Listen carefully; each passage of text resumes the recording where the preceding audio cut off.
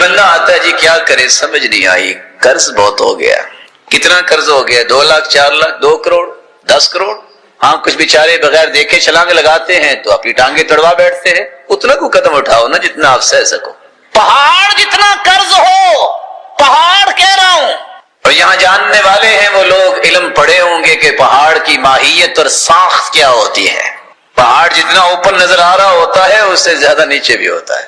صحابی آئے اللہ کے رسول صلی اللہ علیہ وسلم کے پاس، آپ نے فرمایا الا اعلمک کلمات، میں تمہیں کچھ کلمات سکھا دیتا ہوں، یہ تم پڑھ لینا۔ لو كان عليك مثل جبل صبير دينا اذهبه الله عنك، اگر تیرے اوپر صبیر پہاڑ جتنا بھی قرض ہوگا یہ کلمات پڑھ لینا، اللہ اس قرضے کو دور کر دیں گے۔ اللهم اکفنی بحلالک عن حرامک واغننی بفضلک عمن سواک۔ اس کا فائدہ آخرت میں تو ہوگا، سنت پہ عمل ہوگا، دنیا میں قرض ختم۔ یہاں ایک اور بات بھی میں آپ کی خدمت میں ادب سے پیش کر دوں۔ کچھ لوگ کہتے ہیں کیسے ہوگا؟ اللہ کا امتحان نہیں لیتے، نعوذ باللہ، اللہ تعالیٰ کو چیک نہیں کیا کرتے کہ چیک کرتے ہیں کہ نہیں، یقین شرط ہے۔ وہ میمون بن مہران کے ماموں نے جب یہ عمل تھا کہ جب بھی وہ جاتے تو لوگوں کو مال تقسیم کرتے، کہتے ماموں جان آپ کا گزارا کیسے ہوتا؟ آپ بانٹتے ہی رہتے۔ کہتے بیٹا جتنا میں دیتا ہوں نا اس سے زیادہ اللہ مجھے دے دیتا ہے۔ کہتے اچھا، وہ جتنے کو درم و دینار تھے اس نے بانٹ دیے، 1 دن 2 دن 3 دن۔ کہتے ماموں جان مجھے تو نہیں ملا۔ کہتے بیٹا اللہ کو آزماتے نہیں، یقین کرتے مل جائے گا۔ جب آپ کا یقین ہو تو پھر سمجھ لیجئے بغیر کسی ڈیوائس کے، بغیر کسی ڈیجیٹل ڈبے کے، بغیر کسی چپ اور ریموٹ کنٹرول کے، لکڑی کے ایک چھوٹے سے ڈبے میں بند کر کے موسیٰ کی ماں نے اپنے بیٹے کو سمندر کے سپرد کر دیا، سمندر میں چلتا بھی گیا، واپس بھی آیا، اور آخر قرآن کے الفاظ ہے غم نہ کرنا وہ آئے گا تیرے پاس ہی۔ پھر بھی دودھ آ کے موسیٰ نے پیا تو کس کا پیا ہے؟ یقین جب ہو تو اتنی بڑی آگ جلی ہو، اور ابراہیم کا یقین تھا میرا رب مجھے ضائع نہیں کرے گا، اتنی آگ کہ اگر کوئی پرندہ اڑتا ہوا گزرتا لو طار علیہا طائر سقط مشویا، تو بھنا ہوا نیچے گر جائے۔ اور آج کی تاریخ بھی بتاتی ہے کہ وہاں کوئی درخت نہیں ہوتا جہاں یہ آگ لگی تھی، لیکن اللہ ذوالجلال کے پیغمبر کا یقین تھا، حسبی اللہ ونعم الوکیل پڑھا، اللہ نے اس آگ کو باغ بنا دی۔ آج مسلمان قرض دینے سے گھبراتا ہے، ہیزیٹیشن کیوں ہوتی ہے؟ اس کی بھی ایک وجہ ہے، کیونکہ معاشرے کی تربیت نہیں، جو لے لیتا ہے دینے کا نام نہیں لیتا۔ اور حدیث کیا کہتی ہے؟ انما جزاء السلف الحمد والادا، جس سے قرض لیا ہے اس کے لیے دعائیں کرو اور وقت پہ واپس کرو کہ مشکل وقت میں تمہارے کام آیا، اس کے لیے کثرت سے دعا کرو۔ لیکن آج چونکہ یہ رویہ باقی نہیں رہا، لوگوں نے نیکی سے بھی ہاتھ اٹھا لیا۔ لیکن میں اپنے ان مبارک بھائیوں سے یہ کہنا چاہوں گا، 3 باتیں کبھی نہ بھولیں۔ پہلی بات، روایت بتاتی ہے صدقہ کرنے سے 10 گنا اگر ثواب ملتا ہے تو قرض دینے سے 18 گنا ثواب ملتا ہے۔ دوسری بات، آپ نے اگر 10 ملین کسی کو قرض دیا ہے 3 ماہ کے لیے، 3 ماہ کے اندر وہ واپس نہیں کر سکا، 3 ماہ سے 1 دن اوپر ہو گیا ہے، ہر روز 18 گنے تو مل رہا تھا، 10 ملین کو 18 کے ساتھ ملٹیپلائی کیجئے کتنا بنتا ہے۔ لیکن جو 1 دن اوپر ہو گیا ہے اور آپ نے برداشت کیا ہے، اللہ کے رسول کا فرمان ہے جو ایسا کرتا ہے آدھی رقم یعنی 5 ملین روپے آئندہ ہر روز اس کے نام اعمال میں بطور صدقہ لکھے جائیں گے۔ دیا نہیں ہے اس نے۔ اور اس سے بڑی بات، من نحى عن غریمه او عفى عنه كان في ظل العرش يوم القيامة، جو قرض معاف کر دے یا کسی کا قرض اتار دے، اللہ تعالیٰ قیامت کے دن اسے عرش کا سایہ نصیب فرمائے گا۔ جب بندہ نکاح کرتا ہے تو آدھا دین اس کا مکمل ہو جاتا ہے، اسے بقیہ آدھے دین میں اللہ سے ڈر جانا چاہیے۔ اس سے یہ بات بھی پتہ چلی کہ جو نکاح نہیں کرتا اس کا تو آدھا دین بھی مکمل نہیں ہے۔ اس کے دعوے کہ یہ بہت بڑا نیک ہے، نیکی اس کو کہتے ہیں جو محمد مصطفیٰ نے اختیار کی ہے۔ بلکہ آپ صلی اللہ علیہ وآلہ وسلم کی عبادت کے بارے میں جب صحابہ کرام کو پتہ چلا کہ وہ رات اتنی عبادت کرتے ہیں کہ ان کے پاؤں میں ورم آ جاتا ہے، تو صحیح بخاری کی روایت ہے، ایک صحابی کہنے لگے کہ آج کے بعد میں رات کو آرام نہیں کروں گا، ساری رات تہجد پڑھو۔ اب دیکھیں صحابی کی نیت ہے، اور کتنی پیاری نیت ہے، تہجد کی نیت۔ دوسرے نے کہا کہ میں اب ساری زندگی روزہ ہی رکھوں گا، صحابی کی نیت ہے اور روزے کی نیت ہے۔ تیسرے نے کہا کہ میں نے شادی نہیں کروانی ہے۔ آپ صلی اللہ علیہ وسلم کو جب اس بات کی خبر ملی تو آپ غصے میں آئے، فرمایا انی اصوم و افطر، میں روزہ بھی رکھتا ہوں، افطار بھی کرتا ہوں، میں تہجد بھی پڑھتا ہوں اور سوتا بھی، وانی اتزوج النساء، میں نے شادیاں بھی کی ہیں، من رغب عن سنتی فلیس منی، جس نے میری سنت اور طریقے سے اعراض کیا، منہ پھیرا، اس کا میرے ساتھ کوئی تعلق نہیں۔ تو یہ نیک پارسا بننے کی یہ باتیں کہ بس جی اس کو تو ضرورت ہی نہیں ہے شادی کی، نبی سے بڑھ کے کوئی پاکیزہ انسان اللہ نے دنیا میں نہیں بھیجا۔ رسول اکرم صلی اللہ علیہ وآلہ وسلم پر قرآن نازل ہوا، وَأَنْكِحُوا الْأَيَامَ مِنْكُمْ وَالصَّالِحِينَ مِنْ عِبَادِكُمْ وَإِمَائِكُمْ۔ کچھ لوگ صرف اس بنیاد پہ شادی نہیں کرتے کہ بچہ پاؤں پہ کھڑا ہوگا تو تب کریں گے، تو پہلے سر پہ کھڑا ہوتا ہے، روزانہ پاؤں پہ چلتا ہے، نہیں اس کا کوئی کاروبار ہو تو پھر ہی کوئی بات بنے گی نا، ایک شاپ بن گیا، نہیں کوئی دو تو بنے نا، ابھی چلا نہیں ہے، اور نتیجہ کیا نکلتا ہے، اس بیچارے کی عمر 30 سے زائد ہو چکی ہوتی ہے، وہ والدین کو گالیاں دیتا ہے، سامنے تو نہیں بولتا۔ اور بعض اس قدر ظالم قسم کے لوگ ہوتے ہیں کہ جو بیٹیوں پہ بھی ایسا ہی ظلم کرتے ہیں کہ 30 35 40 سال تک ان کو بٹھایا ہے کہ من مرضی کا رشتہ ملے گا۔ کون سا من مرضی کا رشتہ؟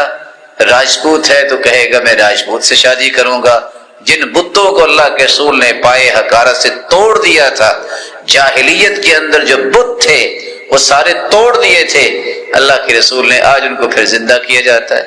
کوئی سید ہے تو وہ کہہ رہا ہے کہ میں سید میں ہی کروں گا۔ ادھر دیکھیے بلال غلام ہیں رضی اللہ تعالی عنہ، عبد الرحمن بن عوف عالمی منڈی میں صف اول کے تاجر ہیں، قریشی ہیں، اور وہ کہہ رہے ہیں میرے لیے فخر یہ ہے کہ میں اپنی بہن کا نکاح سیدنا بلال سے کر رہا ہوں۔ تو تمہاری یہ خواہش کہاں چلی گئی؟ سید تو وہ تھے۔ اور کتنے لوگ بیٹھے ہیں، کس لیے بیٹھے ہیں؟ صرف دنیا کی لالچ اور طمع اور حرص کی وجہ سے بیٹھے ہیں، کوئی دینی پرپز نہیں ہوتا۔ پوچھے کیا بنا؟ بس یہ رشتہ تو ملا ہے، کھاتا پیتا گھرانا ہے، بس نماز نہیں پڑھتا، دعا کرنا چلو نماز ہی پڑھنے لگ جائے۔ وہ میں کبھی سوچتا ہوں بھائی، اگر آپ کسی نمازی کو تلاش کر لیں جس کا عقیدہ ٹھیک ہو تو پھر آگے کہیں کہ دعا کر دو اس کے مال میں برکت آ جائے، یہ دعا قبول نہیں ہونی، اکیلی وہی ہوگی۔ غیرت جب انسان کے اندر دین کی نہ ہو تو پھر رشتوں کی بھی پرواہ نہیں ہوتی۔ ریاض کا ایک شخص جس نے اپنی بیٹی کی شادی نہیں کی، اس قدر انتظار کہ وہ موت و حیات کی کشمکش میں چلی گئی۔ اس نے باپ کو بلایا، کہا کہ آمین کہو، میں دعا کرنا چاہتی ہوں۔ اس نے آمین کہا۔ اس نے کیا دعا کی؟ حرمک اللہ من الجنہ کما حرمتنی من النکاح، جس طرح تو نے ساری زندگی مجھے نکاح سے محروم رکھا ہے، اللہ تجھے جنت سے محروم رکھے۔ یہ افراط و تفریط جو معاشرے کا ہے، اس کی اصلاح کون کرے گا؟ رسول اکرم صلی اللہ علیہ وآلہ وسلم نے اس لیے صحابہ کرام کو اس بات کی توجہ دلائی۔ عکاف بن بشیر التمیمی جب اللہ کے رسول کے پاس آئے تو آپ نے سوال کیا، هل لک من زوجہ، شادی شدہ ہو؟ قال لا، شادی شدہ تو نہیں۔ قال هل لک من جاریہ، لونڈی ہے؟ قال لا، لونڈی بھی نہیں۔ قال وانت موسر بخیر، مال ہے؟ کہا مال تو ہے۔ شادی نہیں کی، مال بھی ہے، جوان بھی ہے۔ فرمایا اذن انت من اخوان الشیاطین، پھر تو تم شیطان کے بھائی ہوئے نا۔ اگلے لفظ اب الشیطان تمرسون، اور تم شیطان کے چیلے بننا چاہتے ہو۔ اسے اگلی بات اللہ کے رسول صلی اللہ علیہ وسلم نے فرمائی، ان سنتنا النکاح، نکاح ہماری سنت ہے۔ شرارکم عذابکم واراذل موتاکم عذابکم، سب سے بری موت جو ہے وہ ان لوگوں کی ہے جو جان بوجھ کے شادی نہیں کرواتے اور اسی طرح دنیا سے چلے جاتے۔ وَأَرَازِلُ مَوْتَاكُمْ ذلیل ترین موت ہے، جو اسی طرح ہیلے بہانوں میں زندگی گزار دیتے ہیں اور شادی نہیں کرواتے۔ اور بعض تو ایسے بھی بے حیا اور بے شرم موجود ہیں کہ جو جواب ایسے دیتے ہیں جو کم از کم ایک مہذب اور صاحب تمدن ان جوابات کو بھی اپنی زبان پہ لا ہی نہیں سکتا۔ رسول اللہ صلی اللہ علیہ وآلہ وسلم نے جب یہ باتیں سمجھائی تو عکاف بن بشیر التمیمی کہتے ہیں اللہ کے رسول پہ میری شادی کر دو۔ آپ نے فرمایا اُزَوِّجُکَ کریمۃ بنت کلثوم الحميری، میرے پاس حمیر قبیلے کی عورت کا پیغام آیا ہوا ہے، میں تیرا نکاح اس کے ساتھ کرتا ہوں۔ اگر قرآن مجید کی چند صورتیں مہر بن سکتا ہے، صحابی نکاح کرنا چاہتے، کہا کوئی ہے جو مہر دو گے؟ کہا کچھ نہیں ہے۔ کَإِلْتَمِسْ وَلَوْ خَاتَمًا مِّنْ حَدِيدٍ، تم انگوٹھی ہی کو تلاش کر کے لے آؤ لوہے کی۔ فَالْتَمَسَ وَلَمْ يَجِدْ شَيْئًا، کچھ نہیں ملا۔ کہا هَلْ مَعَكَ مِنَ الْقُرْآنِ شَيْءٌ، قرآن کی صورتیں یاد ہیں؟ ہاں صورتیں تو یاد ہیں۔ قال زوجتك ما معك من القرآن، جو تیرے پاس صورتیں ہیں یہ اپنی اہلیہ کو پڑھا دینا، میں اس کے ساتھ ہی تیرا نکاح کرتا ہوں۔ کس مال کی ضرورت ہے؟ سلف تو یہ کرتے تھے، کوئی نکاح کا پیغام لے کے آتا کہتے بیٹھو، کھانا پیش کرتے، کہتے قرآن کی 10 آیتیں سناؤ، یاد نہیں، کہتے کو حدیثیں 10 سناؤ، یاد نہیں، کھانا کھلاتے، کہتے کو اور گھر تلاش کرو۔ یہاں کہتے اچھا زمین کتنے ایکڑ ہے، گاڑی ہے کہ نہیں ہے؟ اللہ، سعید بن مسیب جس کی بیٹی کے بارے میں وقت گورنر نے کہا تھا اس کا وزن کرو، جتنا اس کا وزن ہے اتنے ہیرے جواہرات لے لو اور میرے ساتھ نکاح کر دو، کہا نہیں ہو سکتا۔ ابو وداع ان کے شاگرد ہے جن کی اہلیہ فوت ہو گئی، پوچھا بیٹا آپ آئے نہیں؟ کہا والدین پہلے نہیں تھے، بیوی تھی فوت ہو گئی۔ کہا پڑھنے کے بعد میری بات سن۔ بلایا، چند دوستوں کو بلا کر کہا پسند کرو تو میں اپنی بیٹی کا نکاح آپ کے ساتھ کرنا چاہتا ہوں۔ نکاح کیا، گھر چھوڑ کے آئے، پڑوسیوں کو کہا کہ ان کا خیال کرنا، ابھی یہ غم میں ہے۔ کہا میرے پاس تو کچھ ہے بھی نہیں، کہا وہ دینے والا ہے۔ پھر تاریخ یہ لکھتی ہے کہ جس گھر میں کچھ نہیں تھا، مدینے کے بڑے بڑے لوگ، اس شہر کے بڑے بڑے جو اشراف تھے مالدار، اسی گھر میں آ کے کھانا کھایا کرتے تھے۔ لیکن شریعت نے یہاں یہ بیان کیا ہے کہ نکاح بھی کرو تو تمہیں اس بات کا اندازہ ہونا چاہیے کہ ایک ذمہ داری ہے۔ آج کسی نے چھوٹی سی شاپ بنانی ہو، MBA کورس کروا رہے ہیں، شارٹ کورسز کروا رہے ہیں، بس جی یہ فلاں جگہ جو ہے وہ جا رہے ہیں، کیا لینے کے لیے؟ وہ فلاں کے پاس بڑی ایکسپرٹیز ہے، اس سے کچھ مشورہ کریں گے۔ تو کیا نکاح کرتے وقت یہ ساری چیزوں کی ضرورت نہیں؟ یہ کوئی گڈی گڈے کا کھیل ہوتا ہے کہ 15 دن نہیں گزرتے اور 1 مہینہ اور طلاق دے کے فارغ کر دیتے ہو؟ یہ کوئی انسانیت ہے؟ یہ زندگی کا بہت بڑا مرحلہ ہے۔ یہ درخت کا پتا نہیں ہے کہ کوئی توڑ کے آپ کے ہاتھ میں دے دے اور آپ مسل کے پھینک دو، اس کو پاؤں تلے رون دو۔ یہ پوری زندگی کا بندھن ہوتا ہے۔ اس لیے میں ادب سے گزارش کروں گا، اپنے بچوں کے نکاح کرتے وقت بیٹی ہو یا بیٹا ہو، سب سے پہلے اسے دینی احکامات سکھاؤ، ورکشاپ دلاؤ، وہ 3 دن کی ہو، 2 دن کی ہو یا 1 دن کی، کم از کم ریئلائز ہو سکے کہ میں ایک نئے زاویے میں قدم رکھ رہا ہوں اور مجھے اس کو کامیاب کیسے کرنا ہے۔ یہی طریقہ آج بیع و شراء کا ہے۔ ایک شخص کو پتہ نہیں ہے صبح اٹھ کے نماز وقت پہ پڑھنی ہے، اس کے ہاتھ میں کروڑوں روپے دے دیتے ہیں کاروبار کرو۔ سیدنا عمر کہا کرتے تھے لا یبیع فی سوقنا من لم یتفقہ فی الدین، جس کو دین کی سمجھ نہیں ہے بازار میں قدم نہ رکھے۔ تیسرے دن لٹ پٹ کے آ جاتا ہے کیونکہ پتہ ہی نہیں ہے، وہاں تو بڑے بڑے چلاک اور شاطر اور مکار اور ماکر بیٹھے ہوتے ہیں۔ یہ ذمہ داری ہے کہ اپنی اولادوں کو اس بات کی ٹریننگ دو، بیٹے کاروبار کیسے کرتے ہیں، اصول کیا ہے، ضوابط کیا ہے، شروط کیا ہے، آداب کیا ہے، طریقہ کار کیا ہے، تمہارا ڈومین کیا ہوگا، یہ ساری چیزیں سکھائیں۔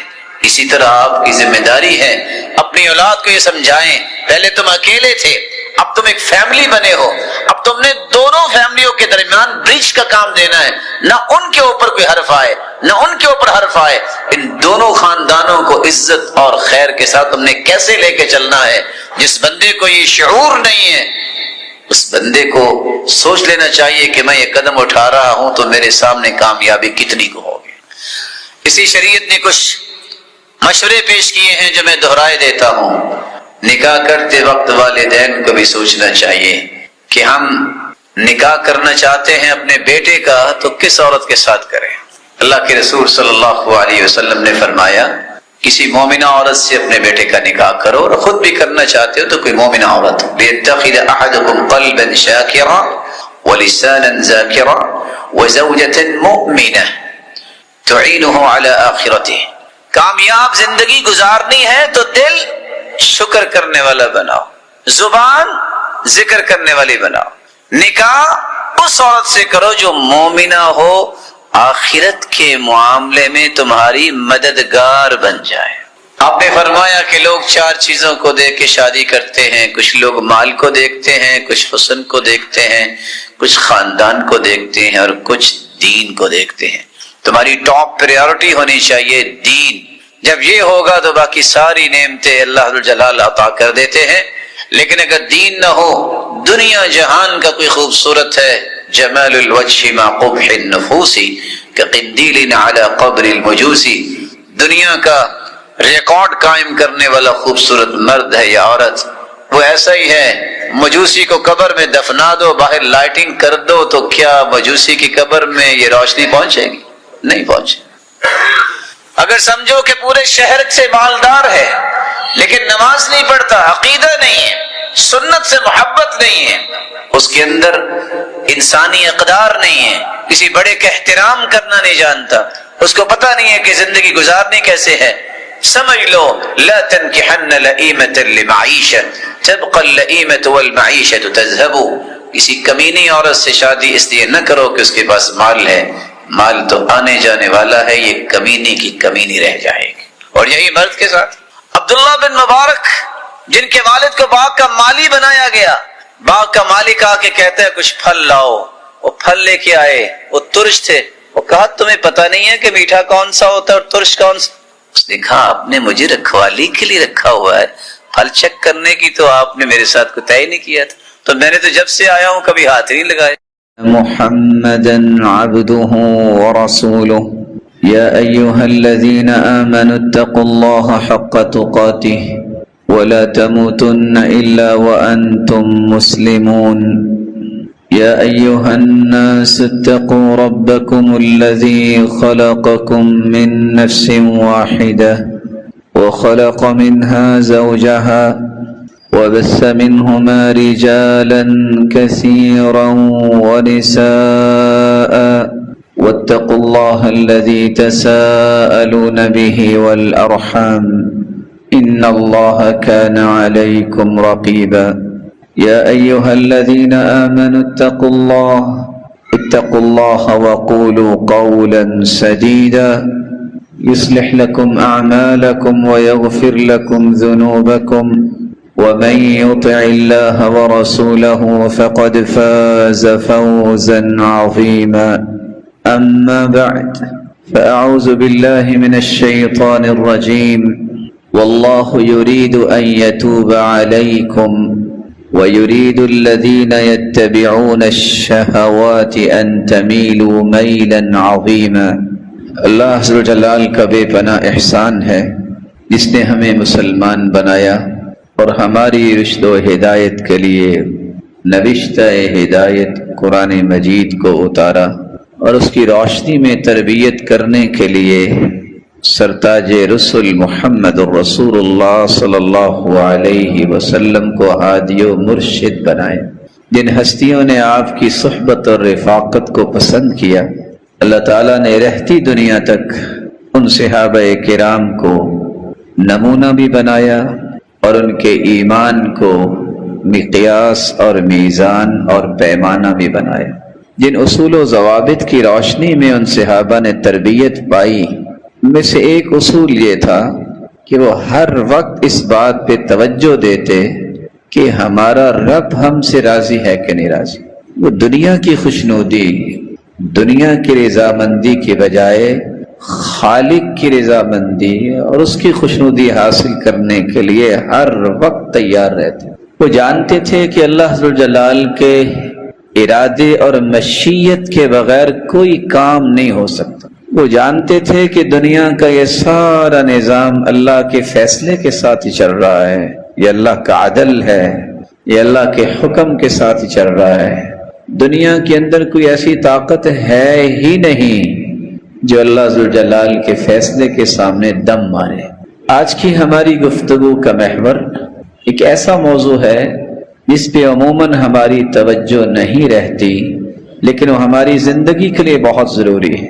وہ ہے کہ اللہ ذوالجلال کا ارادہ جب کسی کے ساتھ بھلائی کا ہو تو پھر کیا فیصلے ہوتے ہیں، اور اللہ ذوالجلال کا ارادہ جب بھلائی کا نہ ہو تو پھر مخلوق کے ساتھ فیصلے کیا ہوتے ہیں۔ اہل سنت والجماع کا یہ عقیدہ ہے کہ ارادہ بھی اللہ ذوالجلال کی ایک صفت ہے، جیسا کہ اس کی شان اور عظمت کو لائق ہے۔ ایک ارادہ انسان کرتا ہے، ایک ارادہ اللہ ذوالجلال کا ہے۔ نافذ وہ ہوگا جو اللہ ذوالجلال کا ارادہ۔ ارادے کی بنیادی طور پہ دو قسمیں ہیں، ایک ہوتا ہے ارادہ کونیہ، یہ مشیت کے معنی میں ہے، کائنات کے جملہ امور کے متعلق اللہ نے ایک ارادہ کیا، اس کو ارادہ عامہ کہتے ہیں۔ حدیث کے الفاظ ہیں، اللہ ذوالجلال جب ارادہ کرتے ہیں کسی انسان کی روح کو قبض کرنے کا، تو جہاں اس کی روح کو قبض کرنا ہوتا ہے وہاں کوئی ضرورت رکھ دیتے۔ وہ کبھی بھی بندہ وہاں نہیں گیا، لیکن اس دن جائے گا جس دن اس کی روح قبض کی جائے۔ ان اللہ تبارک و تعالی اذا اراد قبض روح عبد بارض جعل له فيها حاجہ، اللہ تعالیٰ جب کسی کی روح کو قبض کرنا چاہتے ہیں تو ارادہ کیا ہے کہ فلاں جگہ اس کی روح نکلے گی۔ انسان جس کو خیال بھی نہیں ہوگا، یہ اللہ کے ارادے کے مطابق ہی چلے گا اور وہاں پہنچے گا اور اس کی روح کو قبض کر لیا جائے۔ ارادے کی دوسری قسم ہے ارادہ شرعیہ۔ اس کا مطلب یہ ہے کہ اللہ ایسی چیز کا ارادہ کرے جس سے اللہ راضی ہیں، اللہ خوش ہوتے ہیں۔ قرآن مجید میں اللہ ذوالجلال فرماتے ہیں، فَمَن يُرِدِ اللَّهُ أَن يَهْدِيَهُ يَشْرَحْ صَدْرَهُ لِلْإِسْلَامِ۔ اللہ جب کسی بندے سے خوش ہونا چاہتے ہیں، کسی سے راضی ہونا چاہتے ہیں، تو ارادہ کیا کرتے ہیں؟ اس کو شرع صدر عطا کر دیتے ہیں۔ وہ دین کی بات سننا پسند کرتا ہے، وہ نمازوں کی پابندی پسند کرتا ہے، وہ قرآن پڑھنا اور پڑھانا پسند کرتا ہے۔ یشرح صدرہ للاسلام، کوئی نصیحت کرے تو غور سے سنتا ہے۔ لیکن اللہ جب کسی سے راضی نہیں ہوتا، یجعل صدرہ ضیقا حرجا کأنما یصعد فی السماء، تو کیفیت کیا ہوتی ہے؟ اس شخص کے سامنے قرآن پڑھو، کہتا ہے جان چھوٹ جائے تو اچھا ہے، نصیحت کرو تو بات نہیں سنے گا، کبھی بھی وہ دین کی بات سننے کے لیے تیار نہیں ہوگا، کبھی بھی اس کے سامنے قرآن و حدیث کھول کے بیٹھ جو توجہ نہیں دے گا۔ اصل میں یہ بدقسمت انسان ہے جس سے اللہ ذوالجلال نے خیر کا ارادہ ہی نہیں کیا۔ مجھے اور آپ کو بھی یہ سوچنا ہے کہ میری اور آپ کی کیفیت کیا ہے؟ کیا دین کے بارے میں شرع صدر ہے؟ کیا دین کی بات سننے سے ہمیں لذت آتی ہے؟ قرآن پڑھنے سے، اللہ کا ذکر کرنے سے، اچھی باتیں پڑھنے اور پڑھانے اور سمجھنے اور سمجھانے، کسی بڑے کا احترام کرنے، چھوٹے پہ شفقت کرنا، ان ساری چیزوں پہ جب انسان کو خوشی محسوس ہو تو اسے سمجھ لینا چاہیے کہ اللہ اس سے راضی ہے اور اللہ نے آپ کے ساتھ خیر کا ارادہ کیا ہے۔ اور اگر یہ ساری چیزیں پسند نہ ہوں، بلکہ پسند یہ ہو کہ گانے سننے ہیں، پسند یہ ہو کہ ورگل گفتگو کرنی ہے اور ایسی مجلسیں اٹینڈ کرنی ہے، تو کوئی آپ کے اوپر وحی تو نہیں آ سکتی، وحی تو منقطع ہو چکی۔ لیکن یاد رکھیے گا، آپ دھوکہ دے رہے ہیں اپنے آپ کو، آپ بدبخت لوگوں کی صف میں جا چکے ہیں جن سے اللہ ذوالجلال جو ہے وہ راضی نہیں ہے۔ رسول اکرم صلی اللہ علیہ وآلہ وسلم نے اس لیے صحابہ کرام کو چند نشانیاں بیان کر دی اس چیز کی کہ غور کر لو کہ اللہ ذوالجلال کس سے راضی اور خوش ہے اور کس سے ناراض اور کس سے غیر راضی ہے۔ سب سے پہلی نشانی، اللہ ذوالجلال جب کسی کے ساتھ خیر کا ارادہ کرتے ہیں تو اسے دین کی نعمت سے نواز دیتے ہیں۔ اللہ کے رسول صلی اللہ علیہ وسلم کا فرمان ہے، مسند احمد کی روایت ہے، ایما اہل بیت من العرب او العجم اراد اللہ عز وجل بہم خیرا ادخل علیہم الاسلام. کسی بھی عربی اور عجمی میں سے جس کے ساتھ اللہ عز و جلال خیر کا ارادہ کرے، اسے پسند کر لیں، اس سے راضی ہو جائیں، تو سب سے پہلی نشانی یہ ہے اللہ اسے ایمان کی دولت سے نواز دیتے. 7.5 ارب لوگ ہیں دنیا میں، 6 ارب کافر ہیں، 1.5 ارب مسلمان ہیں. تو اللہ عز و جلال نے رضامندی کا ارادہ کیا تو کتنے لوگوں کے ساتھ؟ جو مسلمان ہیں، جن کو اللہ نے اسلام کی نعمت سے نواز دی. بقیہ لوگ دنیا جہان کی باتیں کرتے رہے. یاد رہنا چاہیے یہ بد نصیب ہیں کہ اللہ کے رسول کی آمد کے بعد بھی اللہ کے رسول کو انہوں نے تسلیم نہ کیا اور قرآن کی حقانیت کو تسلیم نہیں کیا، محروم ہے. دوسری نشانی یہ ہے کہ اللہ عز و جلال جب کسی کو پسند کرتے ہیں تو اسلام کی نعمت کے بعد اسے علم اور بصیرت عطا کر دیتے. جاہل تو دنیا کو بھی پسند نہیں ہوتا. اسی سفیان بیان کرتے ہیں ما اعلم عملا افضل من طلب العلم وحفظه لمن اراد اللہ تعالی به خیرا. مسند احمد کی روایت ہے من یرد اللہ به خیرا یفقهه فی الدین. اللہ جس کو پسند کر لیتے ہیں، جس سے راضی ہوتے ہیں، اسے دین کی بصیرت عطا کر دیتے ہیں، سمجھ عطا کر دیتے ہیں. اس کو پتہ ہے میں نے کیا کرنا ہے عبادت میں، کیسے عبادت کرنی ہے. اس کو پتہ ہوتا ہے کہ میں نے زندگی کیسے گزارنی ہے. اس کو پتہ ہوتا ہے میں نے تجارت کیسے کرنی ہے. اس کو پتہ ہوتا ہے میری سیاست کیسے ہونی چاہیے، میرے معاملات کیسے ہونے چاہیے. یہ دین کی سمجھ اور بصیرت یہ اللہ عز و جلال کی رضا اور خوشنودی کا سبب ہے. اور سفیان کہا کرتے تھے دنیا کے اندر وہ علم جس کو اللہ نے وحی بنا کے بھیجا ہے، اس علم کو حاصل کرنا، یاد کرنا، اس سے بڑھ کر دنیا میں کوئی کام نہیں. لیکن یہ ملتا کس کو ہے؟ لمن اراد اللہ به خیرا. اللہ جس کے ساتھ راضی ہونا چاہتے ہیں، جس پر اللہ ذو الجلال جس سے محبت کرنا چاہتے ہیں، تو اسے پھر علم کی دولت سے نواز دیتے. تیسری نشانی، اللہ ذو الجلال کا جب ارادہ ہوتا ہے کہ میں نے اپنے فلاں بندے کو اپنا محبوب بنانا ہے، اس سے راضی ہونا ہے، تو اسے صراط مستقیم پہ چلاتے ہیں. اذا اراد اللہ بعبد خیرا افرغ علیہ السداد وکنفہ بالعصمہ. اللہ ذو الجلال جب کسی کے ساتھ خیر اور بھلائی اور خوشی اور محبت اور رضامندی کا ارادہ کرتے ہیں تو اللہ ذو الجلال اسے زیادہ حق صراط مستقیم کی توفیق دے دیتے ہیں اور گناہوں سے محفوظ کر لیتے ہیں. اس کا مطلب یہ نکلا جو صراط مستقیم پر نہیں ہے اللہ تعالیٰ کا پسندیدہ نہیں ہے. چوتھی نشانی یہ ہے جس کو آج ہم نے بہت ہلکا محسوس کر لیا. رب تعالیٰ جب کسی کو پسند کرتے ہیں، کسی سے راضی ہوتے ہیں، کسی کے ساتھ خیر و بھلائی کا ارادہ کرتے ہیں، تو اذا اراد اللہ بالشاب خیرا وفق له رجلا صالحا. اللہ ذو الجلال کسی بھی نوجوان کو جب پسند کرتے ہیں تو اس کی نشانی یہ ہے نوجوان کا ساتھی ایسا دے دیتے ہیں جو نیک اور صالح انسان ہوتا. نوجوانوں کے لیے بہت بڑا ایک سوال ہے کہ اپنی دوستیوں کو چیک کرے، اپنی مجلسوں کو چیک کرے، اپنی کچن کیبنٹ کو چیک کرے، رائٹ لیفٹ دیکھے کون بیٹھے ہیں. نیک لوگ ہیں تو خوش ہو جائے، یہ نوجوان اللہ کا محبوب ہے. جس کو کوئی عالم دین میسر آ جائے وہ اس سے محبت کرتا ہے، اس کے ساتھ بیٹھتا ہے، کسی نیک نوجوان کے ساتھ بیٹھتا ہے، یہ اللہ کا پسندیدہ.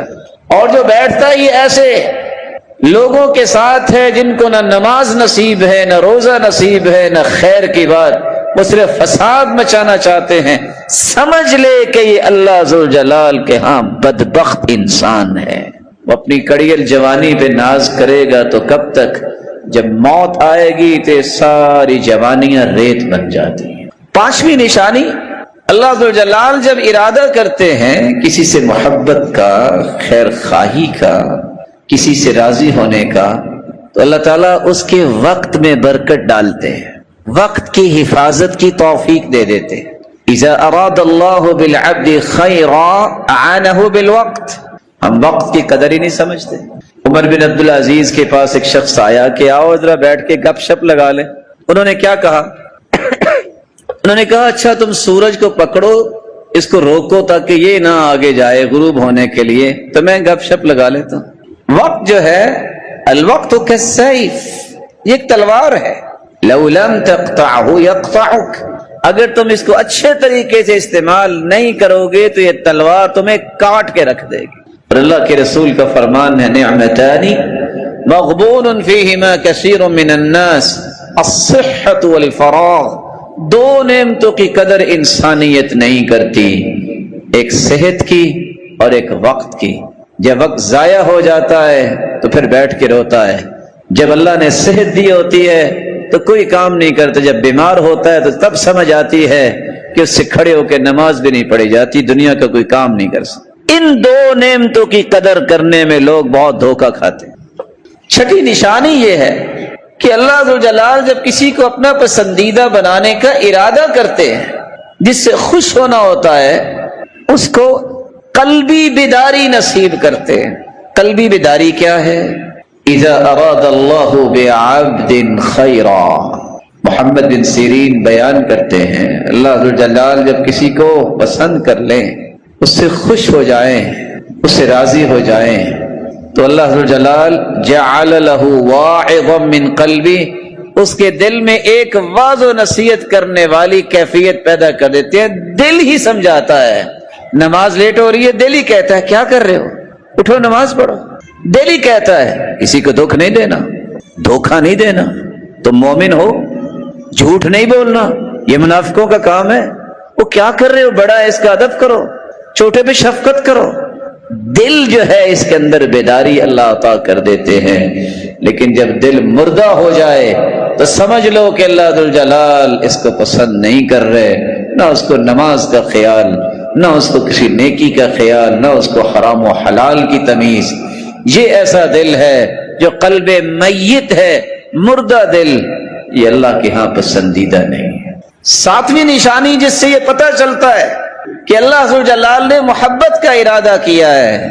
اللہ جس سے خوش ہونا چاہتے ہیں، جس سے راضی ہونا چاہتے ہیں، جسے اپنا محبوب بنانا چاہتے ہیں، جس کو عطائیں کرنا چاہتے ہیں، تو میمون بن سیاح بیان کرتے ہیں اذا اراد اللہ بعبدہ خیرا حبب الیہ ذکرا. اللہ ذو جلال جب کسی کو پسند کرتے ہیں تو اس کے نزدیک ذکر الہی کو محبوب بنا دیتے. نماز کے بعد دیکھو ذکر کر رہا ہے، صبح کے اذکار، شام کے اذکار. شاپ پہ بیٹھا ہے تو فارغ نہیں بیٹھے گا، سبحان اللہ، الحمدللہ، اللہ اکبر، لا الہ الا اللہ. سفر میں دیکھو تو تب بھی حسبی اللہ، لا حول ولا قوت الا باللہ. اس کی زبان پہ اللہ کا ذکر جاری ہوتا ہے. یہ اصل میں نشانی ہے کہ اللہ ذو جلال کا پسندیدہ ہے اور اللہ اس سے راضی ہونے کا ارادہ کر چکے ہیں، تو اللہ اسے ذکر کی محبت عطا کر دیتا.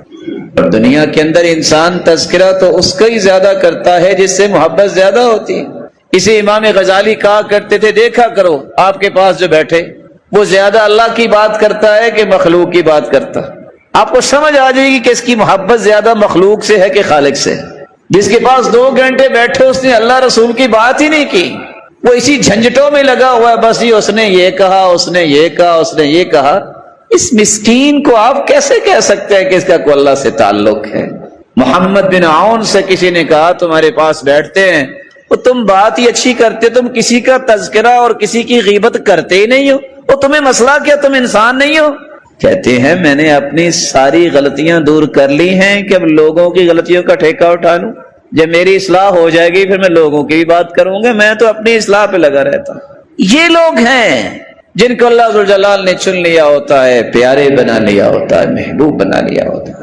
8ویں نشانی جس سے یہ پتہ چلتا ہے کہ اللہ ذو جلال نے کسی بندے کے ساتھ ارادہ کیا کیا ہے، جس کے ساتھ خیر اور بھلائی کا ارادہ کیا ہو، اللہ نے جس کو اپنا محبوب بنانا ہو، جس سے اللہ ذو جلال راضی ہونا چاہتے ہوں، تو اسے 3 خصلتیں عطا کر دیتے ہیں. اذا اراد اللہ بعبد خیرا جعل له فیہ جعل فیہ ثلاث خلال، یہ اللہ کے محبوب کی 3 نشانیاں سامنے آتی ہیں۔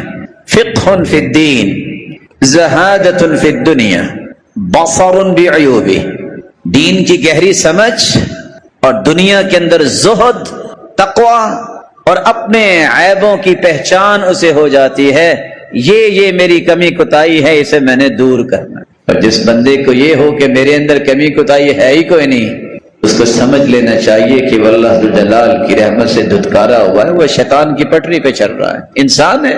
وَمَا سُمِّيَ الْإِنسَانُ إِلَّا لِنَسِيهِ، انسان کو انسان کہتے اس لیے کہ بھول جاتا ہے، کمی کوتاہی تو ہر بندے سے ہو جاتی ہے۔ یہ عیبوں سے منزہ اور مبرہ اللہ جلال کی ذات ہے، انبیاء کو اللہ نے معصوم بنایا ہے، انسان اس سے تو کسی وقت بھی کوئی غلطی ہو جاتی۔ جب تک یہ شعور نہیں نصیب ہوتا انسان کو کہ میری کمی ہے کہ آج مجھ سے نماز لیٹ ہوگی، یہ میری کوتاہی ہے بہت بڑی کہ میں نے اللہ کا قرآن نہیں پڑھا، یہ میرے اندر بہت بڑی سستی ہے کہ میں نے نیکیوں کے کام پہ توجہ نہیں کبھی دی، میں نے اپنی زبان کی حفاظت ہی نہیں کی، یہ جھوٹ بھی بولتی ہے، دھوکے بھی دیتی ہے اور طرح طرح کی باتیں بھی کرتی ہے۔ جب تک یہ احساس بیدار نہیں ہوتا اللہ کا محبوب نہیں بنتا۔ 9ویں نشانی یہ ہے جب اللہ جلال کسی کو پسند فرما لیتے ہیں، جب کسی کو اپنا پیارا بنا لیتے ہیں، جب کسی کو محبوب لوگوں کے سب میں شامل فرما لیتے ہیں، جس کو اپنی رضامندی اور خوشنودی کا سرٹیفکیٹ عطا کرنا ہوتا ہے، اس کے دل میں نرمی پیدا کر دیتے ہیں۔ سیدہ عائشہ رضی اللہ تعالی عنہا روایت کرتی ہیں، اذا اراد اللہ بأہل بیت خیرا ادخل علیہم الرفق، جس گھر کو اللہ پسند کر لیتے ہیں اللہ ذو جلال اس گھر پہ نرمی کو داخل کر دیتے ہیں، نرمی کو داخل کر دیتے ہیں۔ اور دوسری روایت میں آتا ہے دلہم علی باب الرفق، اللہ ذو جلال انہیں نرمی سکھا دیتے ہیں، سمجھا دیتے ہیں، ان کے رویوں کو نرم بنا دیتے ہیں۔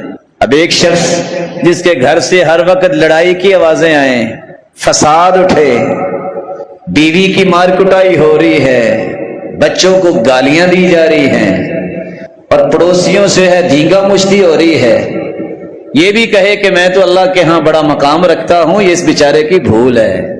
اللہ کے ہاں مقام اس کا ہے جس کو اللہ نے نرمی عطا کر دی۔ رسول اللہ صلی اللہ علیہ وسلم تشریف فرما تھے، یہودیوں نے آ کے ایک چال چلی، آ کے کہتے ہیں السلام علیکم، السلام علیکم نہیں، السلام علیکم، لام نہیں بولی، اس کا مطلب یہ ہے کہ تم پہ موت ہو۔ ہم تو غور ہی نہ کرتے سلام کہتے وقت، تو آپ نے سنا اور فرمایا وعلیکم، تم پہ موت ہو۔ سیدہ عائشہ مومنوں کی ماں جب پوچھا کہ اللہ کے رسول پہ لعنت بھیج رہے ہیں تو کیا کہتی ہیں؟ علیکم اللعنہ وغضب علیکم، تم پہ لعنت ہو، تم پہ اللہ کا غضب ہو۔ تو اللہ کے رسول فرماتے ہیں مہلن یا عائشہ، مہلن، رک جاؤ عائشہ، کیا ہوا؟ کہا ولم تسمع ما قالوا، اللہ کے پیارے پیغمبر آپ نے سنا نہیں یہودی کیا کہہ رہے تھے؟ قال اولم تسمعی ما قلت، عائشہ آپ نے نہیں سنا کہ میں نے کیا کہا؟ انہوں نے کہا السلام علیکم، تم پہ موت ہو، تو میں نے کہا کہ تم پہ موت ہو۔ ان کی تو سنی نہیں جائے گی، میری قبول ہو جائے گی۔ پھر آپ نے فرمایا ان اللہ رفیق یحب الرفق فی الامر کلہ، اللہ نرمی کو پسند کرتے ہیں، ہر چیز میں نرمی نہیں چھوڑنی چاہیے۔ یہاں میں پیغام دینا چاہوں گا ان کڑیل جوانوں کو جو جوانی اس میں سمجھتے ہیں کہ بیوی کو اپنی پاؤں کی جوتی سمجھیں، تو خود بھی تو پاؤں ہی ہوئے نا، اور جو سمجھیں کہ یہ میرے گھر کی عزت ہے، یہ عزت کی پگڑی سر پہ رکھی جاتی ہے، خود بھی تو سر ہی ہوئے۔ ما ضرب رسول اللہ صلی اللہ علیہ وسلم خادما ولا امرأة قط، پوری زندگی اللہ کے رسول صلی اللہ علیہ وسلم نے اپنی بیویوں میں سے کسی بیوی کو مارا نہیں ہے۔ تو اگر اللہ کے رسول سے سچی محبت ہے تو کام تو پھر ایسے ہونے چاہیے۔ جو اپنی جوانی ثابت کرنے کے لیے ہر روز کو 10-8 گالیاں دینے کی خواہش رکھتے ہیں، انہیں سوچنا چاہیے کہ آپ کا ایمان کیسا ہے۔ رب کے ہاں آپ کا مقام نہیں ہے، رب اس کو پسند کرتا ہے جس کو نرمی عطا کی ہوتی ہے۔ اس لیے رسول اللہ صلی اللہ علیہ وآلہ وسلم نے یہ بھی فرمایا تھا کہ کیسی عجیب بات ہے کہ دن کو تم جانوروں کی طرح بیویوں کو مارو اور رات کو ان کے پاس آؤ، شرم نہیں آتی؟ رسول اکرم صلی اللہ علیہ وآلہ وسلم نے وہاں حکم دیا ہے احسنوا الیہن، احسان کرو۔ ہاں یہ بات حقیقت ہے کہ ناشکری تو جگہ جگہ پہ ہو سکتی ہے، اسی لیے تو عورتوں سے بھی کہا تھا یا معشر النساء تصدقن واکثرن من الاستغفار، صدقہ کیا کرو کثرت سے، استغفار بھی کثرت سے کیا کرو، کیونکہ میں نے دیکھا ہے کہ جہنم میں اکثر عورتیں ہیں۔ پوچھا اللہ کی رسول مرد کیوں نہیں زیادہ جہنم میں، عورتیں کیوں ہیں؟ کہا دو وجہ، ساری زندگی کو نیکی کرتا رہے، بیوی سے احسان کرتا رہے، جب اس کا موڈ آف ہو جائے تو یہ قسم اٹھاتی ہے، جیسے کہ صحیح بخاری کی روایت ہے واللہ ما رأیت منک خیرا قط، اللہ کی قسم پوری زندگی تجھ سے مجھے سکون اور چین نہیں ملا، سکھ نہیں ملا۔ یہ ناشکری ہے اس کی۔ اور دوسرا، چھوٹی چھوٹی بات پہ یہ لان تان کرنے لگ جاتی ہیں، جس کے نتیجے سے یہ جہنم میں جائے۔ صدقہ ہے جن کو بچائے گا، استغفار ہے، اللہ سے توبہ ہے جنہیں بچائے گا۔ 10ویں نشانی جس سے یہ پتہ چلتا ہے کہ کوئی اللہ کا محبوب ہے کہ نہیں، رسول اکرم صلی اللہ علیہ وسلم نے فرمایا اذا اراد اللہ بعبد خیرا جعل غناہ فی نفسہ وتقاہ فی قلبہ، سلسلہ صحیحہ کی روایت ہے 3350۔ کسی نے دیکھنا ہو کہ اللہ کا محبوب ہے کہ نہیں، اپنے آپ کو دیکھے۔ اگر اللہ نے اس کے دل کو غنی بنا دیا ہے اور اس کے دل و دماغ میں تقوی پیدا کر دیا ہے، خوش ہو جائے کہ یہ اللہ کا محبوب ہے۔ دل کا غنی کیا ہے؟ آپ نے دیکھا ہوگا کتنے کروڑوں کے مالک ہیں، آپ 10 منٹ بیٹھ جائیں ان کے پاس، یوں محسوس ہوگا کہ دنیا جہان کا مظلوم اور فقیر یہی ہے۔ کیا کریں جی، خرچے نہیں پورے ہوتے، اگلے دن پتہ چلتا ہے 50 تولے سونا جو ہے وہ چوری ہو گیا، یہ خرچے نہیں پورے ہو رہے۔ اگلے دن پتہ چلتا ہے 10 کروڑ جو ہے وہ اس نے انویسٹ کیا تھا وہ ڈوب گیا ہے، یہ خرچے نہیں پورے ہو رہے۔ اور میں یہ قصہ اکثر نقل کیا کرتا ہوں، کمزور لوگ ہیں ہم، ایک شخص آ کے کہتا ہے جی 35 لاکھ روپے کا نقصان ہو گیا۔ اب ظاہر ہے آپ بھی کتنے یہاں اچھے مجھ سے بیٹھے ہیں جن کو اللہ نے نیکی کی توفیق دی، آپ بھی کسی انسان مومن کی بات سنیں گے پریشان ہوں گے۔ تو میں پریشان سا ہوا، دعا بھی کی، میں نے ویسے ہی پوچھ لیا کہ نقصان کیسے ہوا؟ کہتے ہیں پچھلے سال اصل میں 85 لاکھ پروفٹ ہوا تھا، اس سال 50 لاکھ ہوا ہے۔ لا الہ الا اللہ۔ وہ جنہوں نے کبھی 85 لاکھ دیکھا نہیں ہے وہ ہنستے مسکراتے پھر رہے ہیں، جس کی پروفٹ میں کمی آ گئی کہتا ہے جی 35 لاکھ کا نقصان ہو گیا۔